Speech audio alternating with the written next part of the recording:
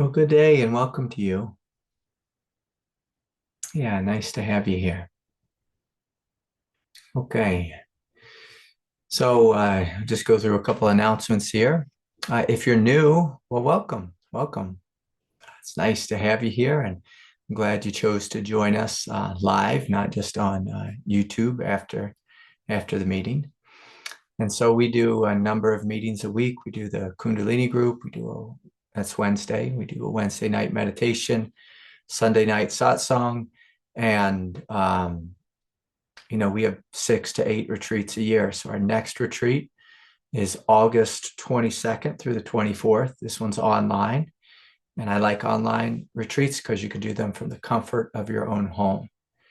So this retreat, we're going to be focusing on opening to spiritual freedom. This is, of course, a core thing with Kundalini, and opening to grace.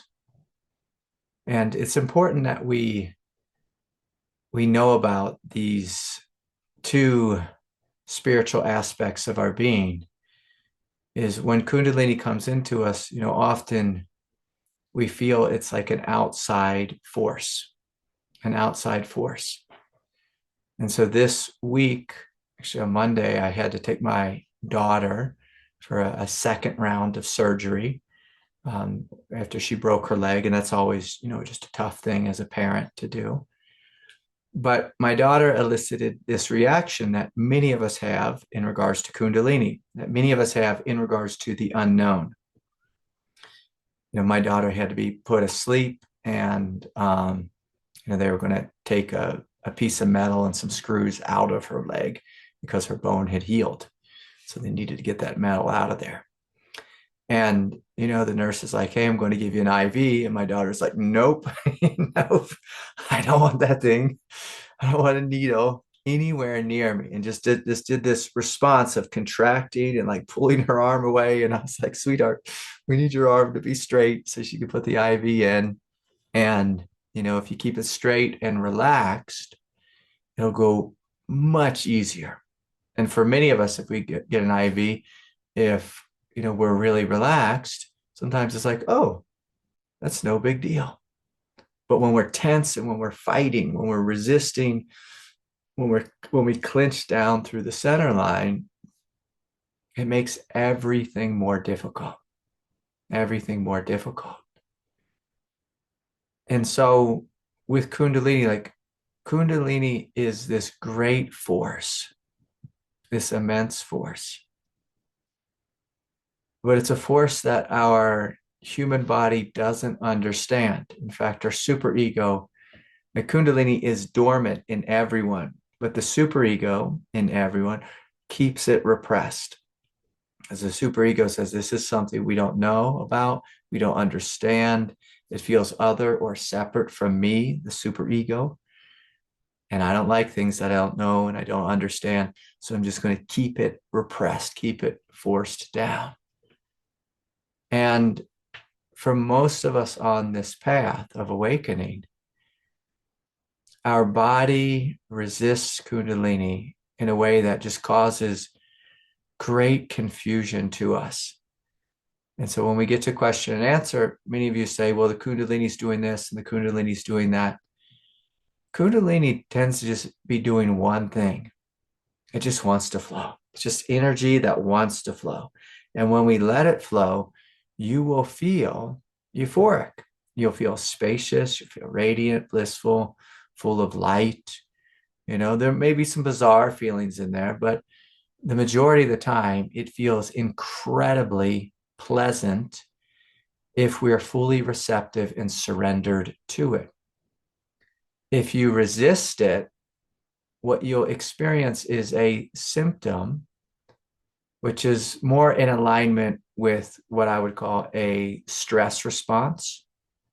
And so the majority of the symptoms that we experience are a stress response, even just like with Kriyas too, like even those in a sense can be a stress response, in the sense that if your nervous system is ever just completely overwhelmed, you'll notice your body will start shaking, it'll tremble, The head might move in a really bizarre way. If you go and get cracked by the chiropractor, I've had this many times pre-Kundalini, where they crack you and the spine kind of dances, a little bit temporarily as it's releasing pent up stress and pent up psychic and physical pressure that we've stored in the system. And so with Kundalini, it's the same thing, but it's the same thing in a sense that often what we complain about is our body's reaction to Kundalini, not Kundalini itself. Now, the reason I bring this up is the more friendly we can become with Kundalini, the easier our path will be. And so here my daughter was, she was, in the surgery prep, situation. And the nurse started talking to her, and I was talking to the nurse. I was like, gosh, you seem a little bit familiar. And then the nurse asked my daughter what school you go to. And then my daughter and the nurse came to realize, oh, my daughter was like the buddy to her little girl, to the nurse's little girl. And so like they were friends at school. My daughter was the older one, and they do like a buddy system where they take care of a younger kid in the school. And as my daughter realized, oh, uh, I'm friends with the nurse's daughter, the nurse must be a good person. What did she do? My daughter gave her her arm, and she relaxed, and she received the IV, and she realized, oh, no big deal. No big deal. No big deal. And so I'm inviting the same for us, to make friends with Kundalini, and not just to pathologize Kundalini, say it just causes me all these problems. Kundalini is ultimately here to reveal to each of you that you are a goddess, that you are a Buddha, that you are the light, that you are the love, that you are the peace, that you are this immense flow of creation. And so with that, let us shut down our eyes, and let's open our hearts and begin to breathe and soften. I'm going to invite us just to feel right through the central channel. Just feeling right through the central channel. And noticing, is there any gripping? Is there any tensing? Is there any fearing? Is there any othering? Othering is when we look at the Kundalini and see it as something outside of us, something separate from us.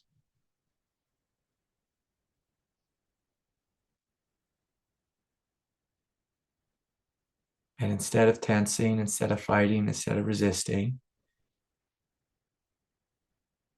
we're going to do this courageous thing, which is we're going to breathe deeply and fully. We're going to soften into our experience.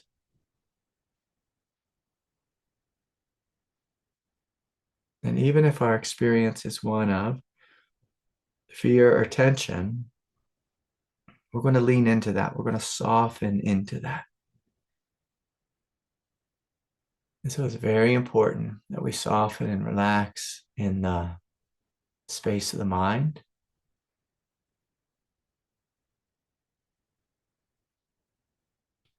And most of us, we have a real sense of I-ness in the mind, a sense of controlling in the mind.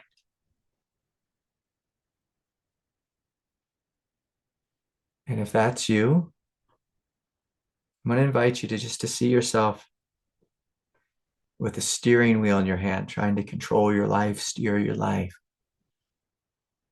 And I want us to kind of smile at that, because that's what the ego always is trying to do, trying to steer our life.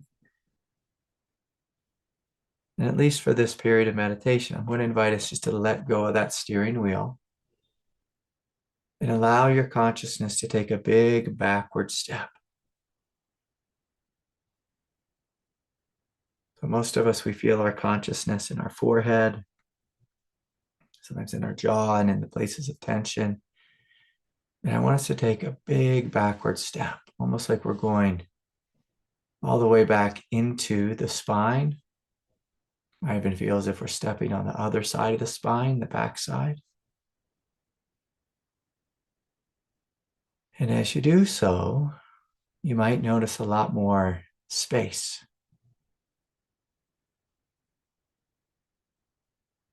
And one of the most healing things for Kundalini Shakti is when we open to space, which is Shiva consciousness. It really balances Kundalini out. Just taking this big backward step.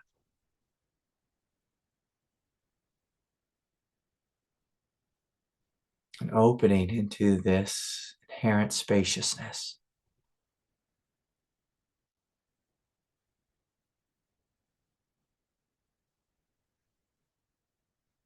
Inviting the body to relax into a sense of sky-like, spacious awareness where there is room for everything. The sky never complains. The sky acknowledges there's room for everything. Room for everything. And so as we take this big backward step, we're just going to continue to gently scan the body, making sure there's no points of tension in the jaw, in the throat, behind the eyes, the back of the skull. Softening here.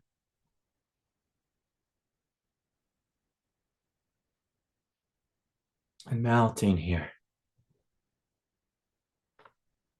And for some of us, we have real identities around being in control. And in order to heal, in order to integrate, in order to realize the absolute truth of Kundalini Shakti, we have to trust that this light is your light. This radiance is your radiance.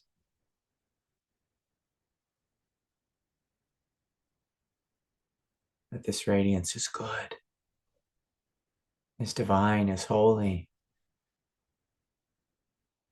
So we soften and trust in the muscles of the face, behind the eyes, the jaw, the neck, the shoulders. Softening more fully in the chest and the heart.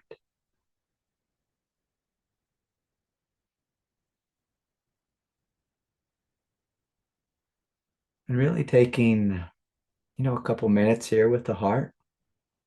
Many of us grip or guard in the chest, the surface of the heart.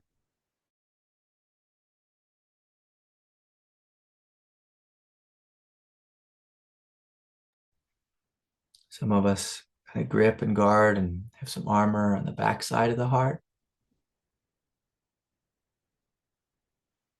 And we can validate that. We can understand that life's been hard. It's a confusing, messy world. But also let us acknowledge we're safe. Right here, right now. In the comfort of our home or in our own private space. We're simply breathing, feeling, softening, opening.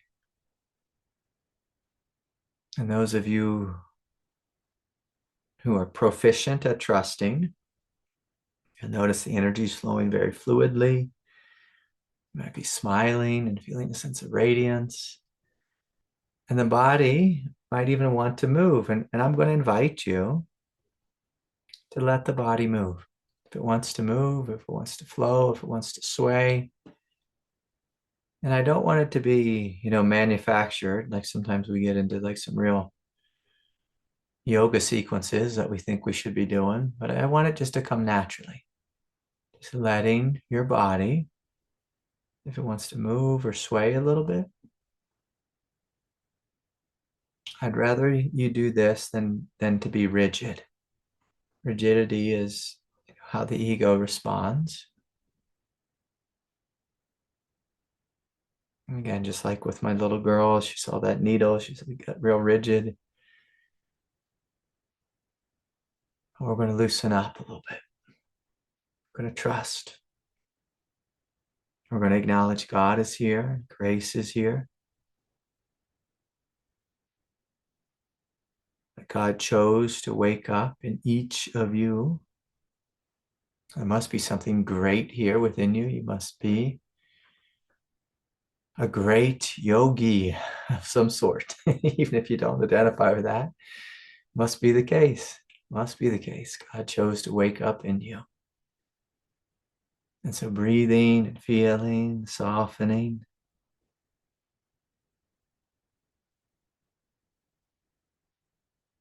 And just allowing the body, again, only if it wants, just to sway. But inwardly, the whole body, the whole nervous system, we're inviting it to be fluid, to be flexible, to be open, to be receptive. Letting go of the right side of the heart, the left side. And as we let go, so you might see some old memories, some old pain, some old trauma, we just let it release. Do this vast space of awareness,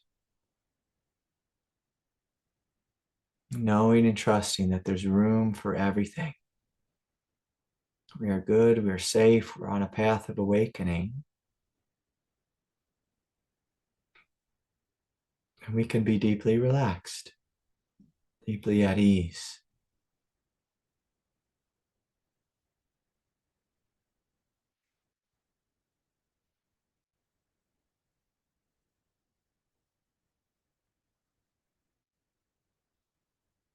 And so continuing to breathe more deeply and fully, feeling down below the heart and the solar plexus. Solar plexus is another place where the human personality just tends to fight, tends to resist. With the solar plexus and the jaw tend to be places, points of proficient resistance. We're going to invite them to be points of proficient openness and trust. Open throat chakra, open heart, open solar plexus, trusting. As we breathe, as we feel, as we soften.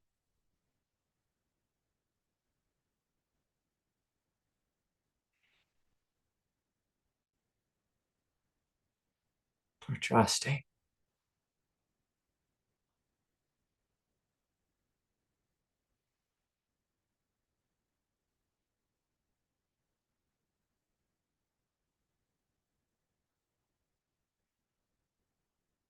It's okay to feel. It's okay to experience. And really feeling the lower heart, solar plexus opening up, letting go throughout the ribs, the middle back, the sacrum,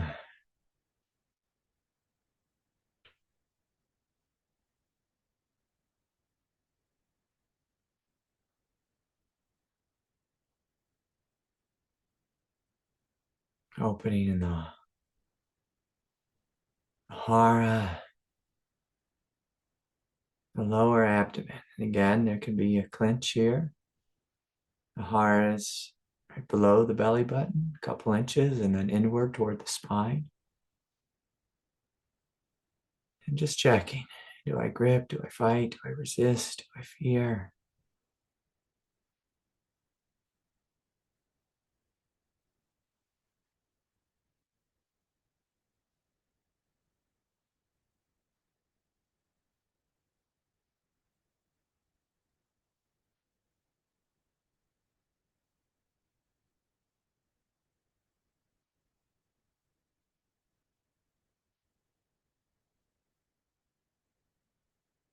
So we're breathing, we're feeling, we're softening.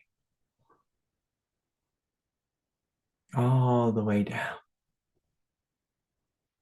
Base of the spine, the root, the perineum, right, the whole spine. Deeply relax, deeply trust.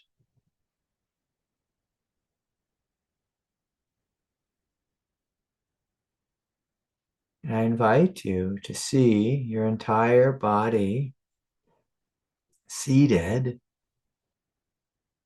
in space.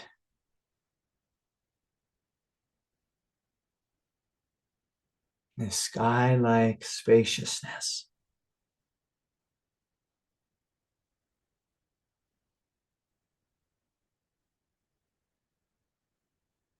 Shiva nature. So Shiva nature, we're deeply relaxed, deeply at ease. There's zero judgment, zero criticism, zero fear.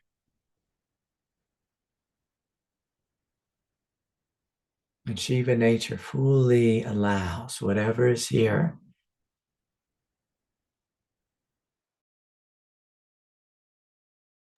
to be here. Whatever is here that wants to flow, to flow. So feeling all the way down, the base of the spine, the root, softening down through the hips and the legs and the feet. And as we breathe in, just gently guiding the stream of Kundalini Shakti to flow up through the bottoms of the feet, through the legs, filling the pelvis with this light.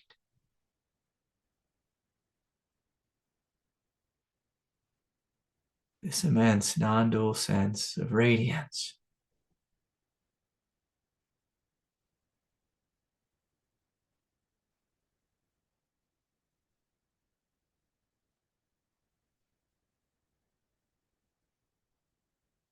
As we're breathing in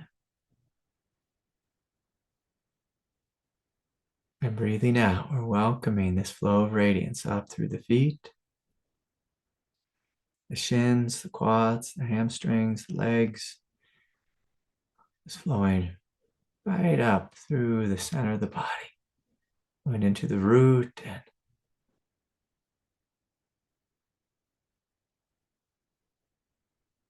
in the root, you might feel a sense of etheric solidity. Etheric solidity, and that's a paradox.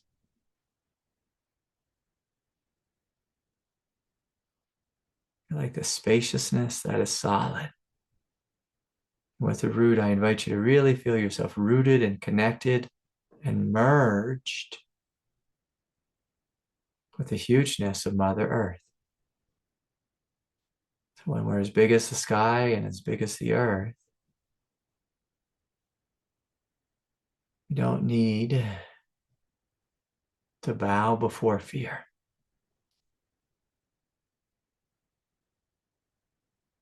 With this courage, we simply open to the light, to that which is good, which is true, which is radiant.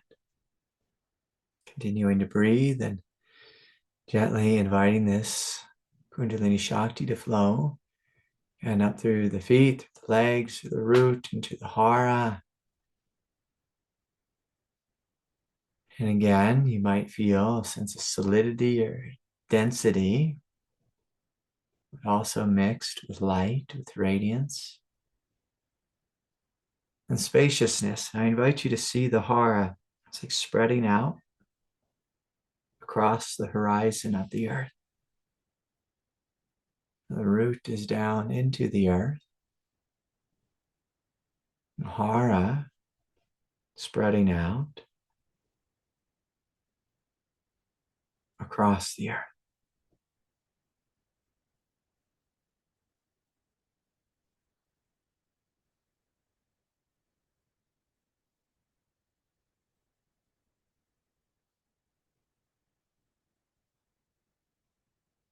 You might notice this depth of quietude the depth of Buddha nature.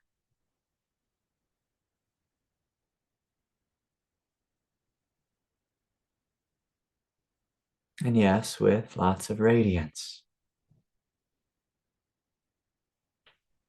And so continuing to breathe and to soften and invite, again, the Shakti flowing up from the feet, the legs, through the root, through the hara, flowing up and including the entire abdomen, flowing into solar plexus chakra right below the heart. Inviting a sense of strength, a sense of power, a sense of harmony.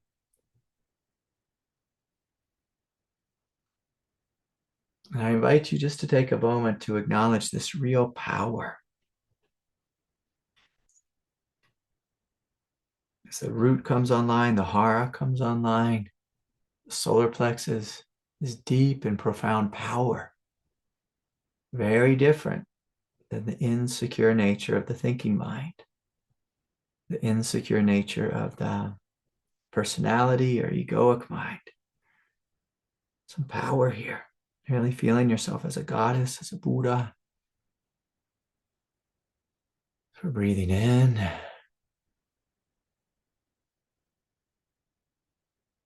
Of course, letting go of anything untrue, anything false, any old karma, any old resistance. Again, breathing in, seeing this Kundalini Shakti flowing up through the root, through the hara, through the solar plexus, expanding this massive way throughout the heart flooding with light, overflowing with light. Again, perhaps feeling a sense of exuberance, a sense of joy. That's that what you are is good. Is good. We breathe as we feel, as we soften. Trusting.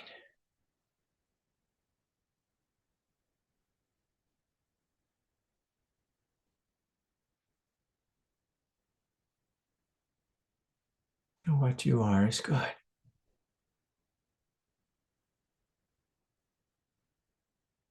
The light is good. That you are good. Shakti is good. The spaciousness is good. So the heart is overflowing with love. And the Shakti continuing to flow up the spine, opening and clearing the throat chakra. The throat tends to be really congested. So inviting the throat to be cleared out of any judgment, any criticism, any sense of I need to control. Continuing to allow this fountain of grace flowing up. All the chakras flowing into the space of the third eye, the space of the mind. And again, really seeing the mind expanding into infinity. The light, the space with radiance, and smiling at this divinity that you are. As we're finally taking one last deep, full inhale, drawing that energy all the way up the spine, seeing the lid coming fully off the crown fully open, the Shakti flowing from the earth all the way through all 7 chakra centers, flowing up into heaven and raining down all around you, supporting you, nurturing you, softening you, healing you,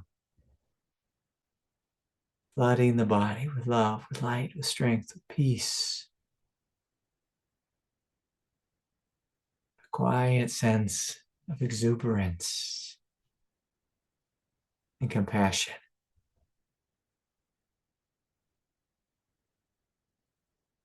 And so I invite you to stay with your experience, just letting this energy flow, and even directing the energy into any points that are still holding on, that are tight or tense, or any type of old karma that you trip over. From the space of radiance, sending this great love and compassion to anywhere in the body that's still holding on, with an unconscious grip, inviting it to soften, to melt, and to relax. And we're going to continue just to work in this way, breathing, feeling, softening, opening.